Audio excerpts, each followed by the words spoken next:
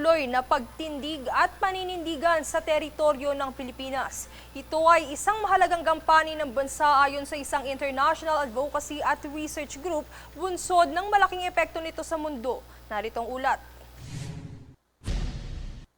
Malaking papel umano ang pagtindig at paninindigan ng bansa sa teritoryo nito, partikular sa West Philippine Sea o WPS. Ito ay batay sa isang article na inilabas ng isang international research at advocacy group na think tank.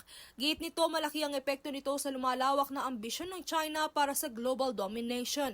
Partikular rito ang isinusulong na makamit ni China President Xi Jinping mula pa noong 2012 ang China Dream. Ito ay isang komprehensibong pambansang pananaw na naglalayong makamit ang Great Rejuvenation ng Chinese nation sa pamamagitan ng sentenaryo ng People's Republic of China sa taong 2049 para sa mas maunlad, malakas, demokratiko, sibilisado at nagkakaisang bansa.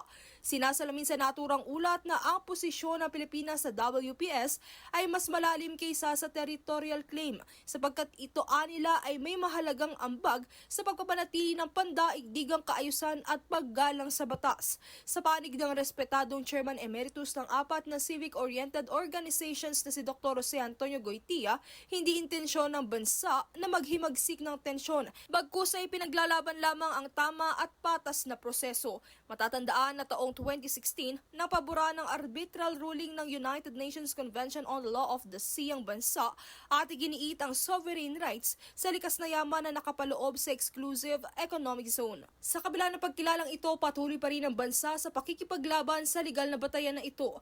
Ayon pa sa think tank, dahil sa nakapwesto ang Pilipinas sa gitna ng mahalagang ruta ng kalakalan at seguridad, lubos na nakakaapekto ang mga desisyon ng gobyerno, hindi lang sa Southeast Asia, kundi pati na rin sa mas malawak na mundo. Ang pagpapahalaga at pagtatanggol sa karapatang teritoryo ay malaking kontribusyon para sa kapakanan ng mga umaasang mamamayan sa likas na yamang dala ng karagatang ito. Sa pagtatapos, binigyang diin ng Chairman Emeritus na hindi patitinag ang bansa sa kahit na anong panggigipit na gawin ng China, gaya ng nais ni Pangulong Ferdinand Marcos Jr. na mahinahon, makatarungan at makatuwirang pakikipagdialogo at para sa kinabukasan ng bayan. Princess Castro, nag-uulat para sa Golden Nation Network.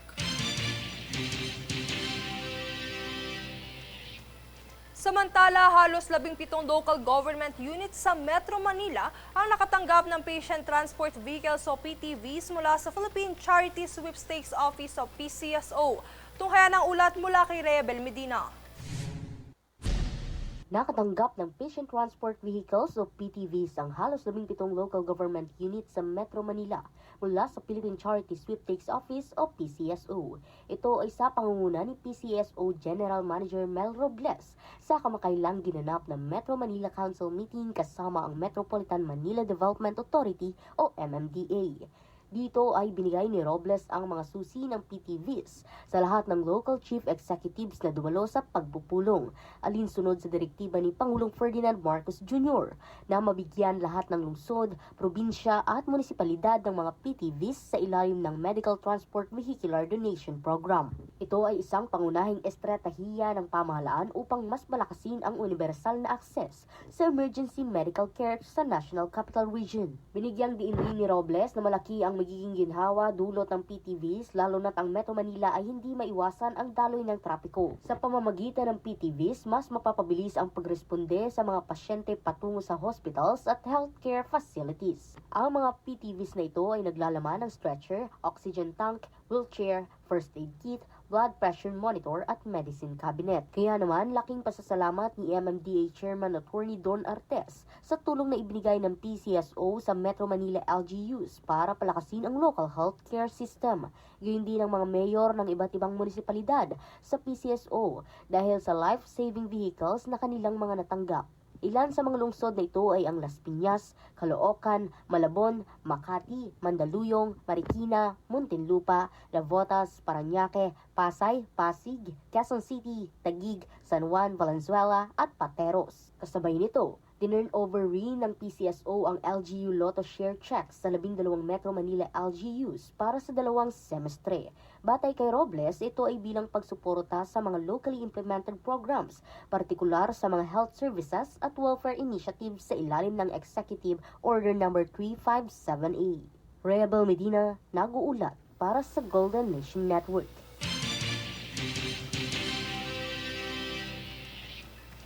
Sa kabilang banda, nasungkit ng mga kinatawan ng Pilipinas ang 4 na medalya sa ginanap na World Skills Asia Taipei 2025 nitong November 27 hanggang 29.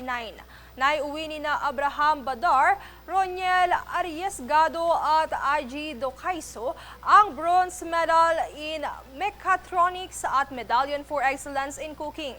Habang nakamit ni James Sayago at Hannah Kaintik ang silver medal in Graphic Design, Technology and Electrical Installations at Best of Nation. Nagpaabot naman ng pagbati si TESDA Secretary Jose Francisco Benitez sa mga nagwaging kalahok sa kompetisyon.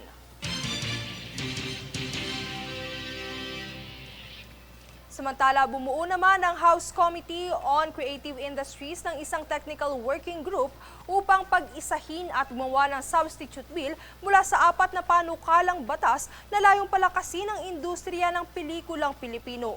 Pinili ng komite si Calambar City Representative Charisse Ann Hernandez upang pamunuan ang grupo na titingin sa pagpapaunlad ng institusyon, insentibo at suporta para sa sektor. Ayon kay Representative Javier Miguel Lopez Benitez, ang konsolidasyon ng mga panukala ay magbibigay daan sa isang komprehensibong batas na makapagpapalago at makapagpapalakas sa kompetitibong potensyal ng lokal na pelikulang industriya.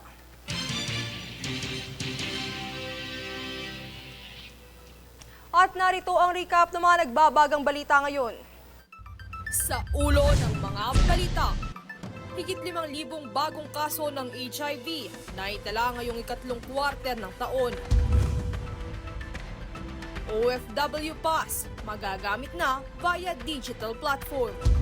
Pagpapalawig sa EDCOM 2, pinaburan ng Senado. Agarwood Industry, pinalalakas sa bansa. Industriya ng pelikulang Pilipino, layong palawigin.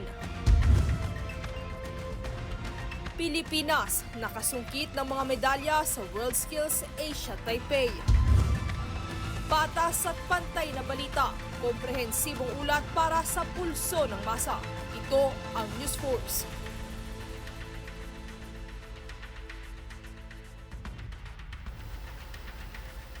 Yan ang pinakamainit na mga balita ngayong araw. Manatiling nakatutok sa aming mga ulat at updates sa aming Facebook page, facebook.com/Golden Nation Network, at mag-subscribe sa aming YouTube account, youtube.com/@Golden Nation Network. At 22 days na lang, Pasko na! Ako si Princess Castro at ito ang News Force.